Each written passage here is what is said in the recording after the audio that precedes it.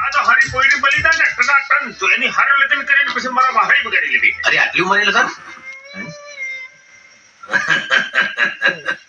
અરે બાપુ, તમને હાજા કરવામાં આ ભાઈની ઘણી મહેનત એમ. એની વાત સાંભળવી પડે તમારે. મારી વાત સાંભળવી પડે, લઈ જવું પડે તમારે મને. સારું ચાલ.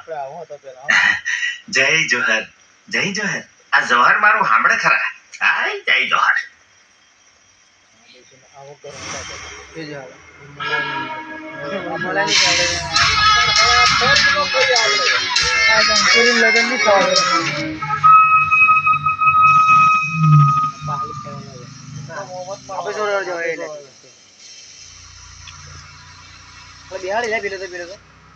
આ શું કહું, તમે મને અમદાવાદના ગીતડું ગાવા લઈ જાવ એ મને માનવા જ નહીં આવતા રે બાપુ.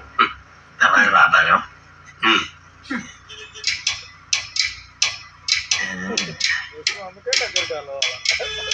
મારી બાજુમાં એકદમ ધડી બક ટોકરી બેઠેલી है, બગલાના પાક જેટલું.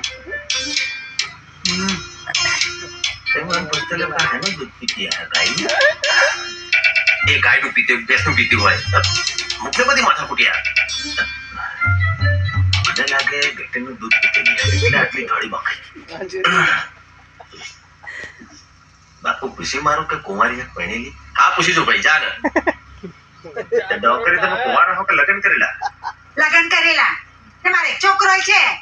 તો તમે જબરી ઉતાવળ કરી પાડી. તો તમારે છૂટાછેડા લઈ લો કે ઓ ભાઈ, આવું બધું બોલતા તમને શરમ નથી આવતી?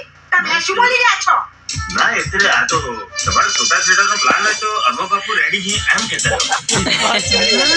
તો પેલી બેન તો મારે એમ કરે ટોકરી તો જો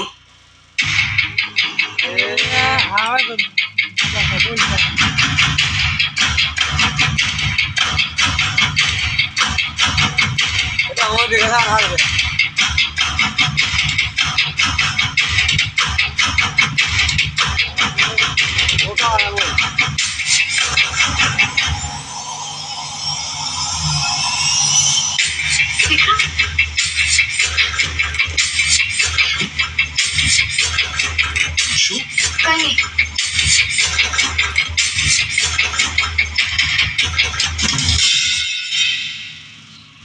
અરે બાપુ સાઈડમાં હું કરી લેતો લો. ડીઝલ ખલાસ થઈ ગયું લાગે.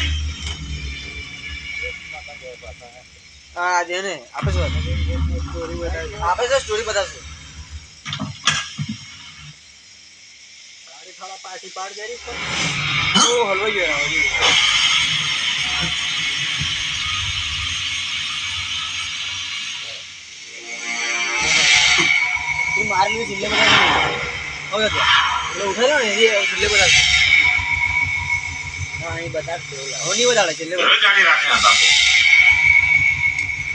લાડે ને ગાડે તો હરખા હી. અને મત કે બાપુ જરા મત કે બરાબર. ઢાંકણું વાહી દીધું ગાડી હરખી થઈ ગઈ. જબ્બર કારીગર ને કર્યો. એ ભાયા ગાડી હરખી થઈ ગઈ કે હળો? એ બે મિનિટ. ઓ ભાયા હેડો કે ગાડી ઉપડવા થઈ ગયા. એ ભાયા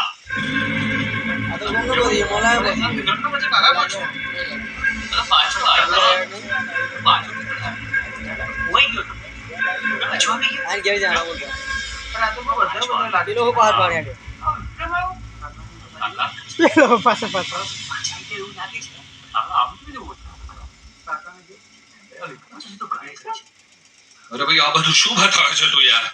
કંઈક બીજું બતાવ ને. આ મારી પત્ની છે. એટલે થનાર પત્ની છે. કંઈક મોંઘું બતાવ. મોંઘું આમાંથી કઈ નથી ગમતું. ના યાર